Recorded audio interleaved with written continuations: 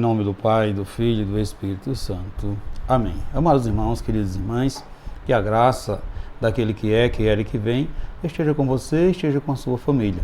Bendito seja Deus que nos reuniu no amor de Cristo. Hoje, dia 2 de dezembro, segunda-feira da primeira semana do Advento. Advento que é o tempo especial de Deus.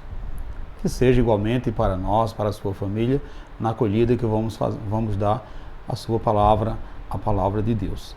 E com o coração aberto nessa expectativa do Advento, convido você, convido a sua família, para assim partilharmos a palavra de Deus, tirada do Evangelho de Mateus, capítulo 8, versículo de 5 a 11. O Senhor esteja convosco, Ele está no meio de nós. Proclamação do Evangelho de Jesus Cristo, segundo Mateus.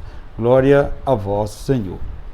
Naquele tempo, quando Jesus entrou em Cafarnaum, um oficial romano aproximou-se dele, suplicando: Senhor, o meu empregado está de cama lá em casa, sofrendo terrivelmente de uma paralisia.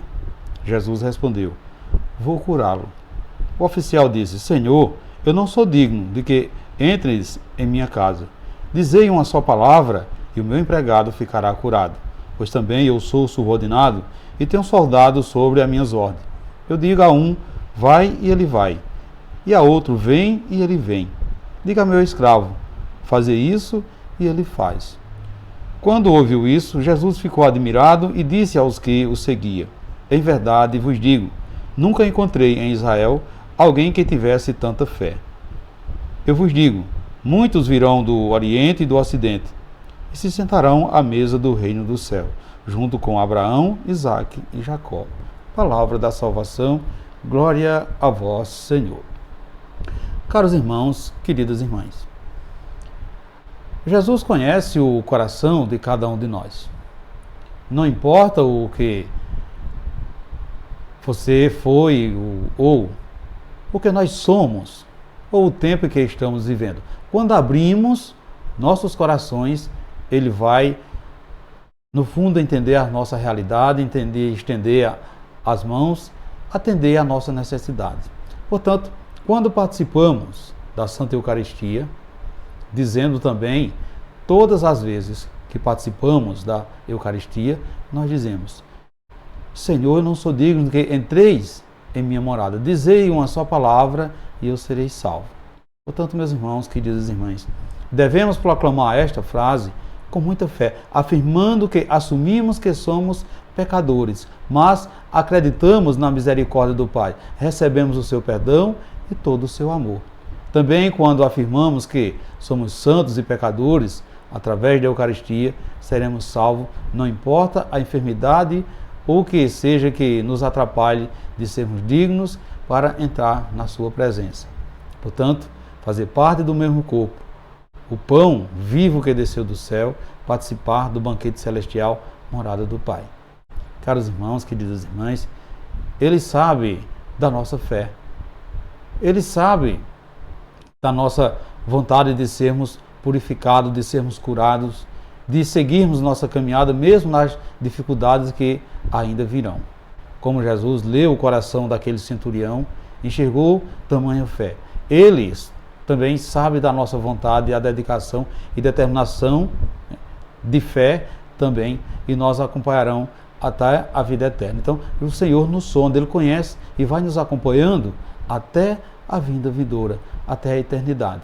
Então, que abramos o nosso coração para que realmente Jesus possa entrar na nossa vida, transformar o nosso ser. Amados irmãos, queridas irmãs, ele não era um seguidor de Jesus, como vimos na citação do Evangelho. Ele não era, assim, discípulo de Jesus, nem tampouco um judeu. Era um oficial romano, outra nacionalidade, tinha outro costume, era acostumado a dar ordens e ser obedecido. Isso fica claro na figura do centurião romano. No entanto, as suas palavras dirigidas a Jesus nos levam a refletir na nossa postura e pretensão diante de Deus quando porque queremos ser atendidos nas nossas reivindicações. Senhor, eu não sou digno de que entres em minha casa. Dizei uma só palavra e meu empregado ficará curado. Veja que apesar da nossa falta de humildade, quando vamos suplicar né? Quando vamos suplicar de Deus algum favor, nós, pretensiosamente, desejamos regalias. Oração só para nós, estar mais perto de Jesus do que os outros, ser distinguido com uma oração particular feita por alguém que tenha muitos dons e já seja reconhecido e etc. São regalias que muitas vezes nós desejamos para nós. Então veja que o reconhecimento da nossa incapacidade, da nossa limitação e confiança no poder de Jesus nos tira da paralisia que o sofrimento nos impõe, pela doença, pela morte ou por qualquer outro motivo. Veja que aquele homem simplesmente confiou na palavra de Jesus, nas promessas contidas no prontuário de sua missão: curar os doentes, libertar os oprimidos, consolar os que sofrem, anunciar a libertação dos cativos e tantas outras coisas. E nós, o que desejamos de Jesus? Será que nos esquecemos da palavra de Deus, a qual meditamos todos os dias? Caros irmãos, queridas irmãs, quantas vezes o Senhor nos fala: não tenha medo. Quantas vezes o Senhor nos fala: entregue a mim os seus fardos. O que quereis que eu te faça? Que possamos assim aprender com aquele oficial romano a exercitar a nossa humildade diante de Jesus. Sermos humildes, sermos fraternos.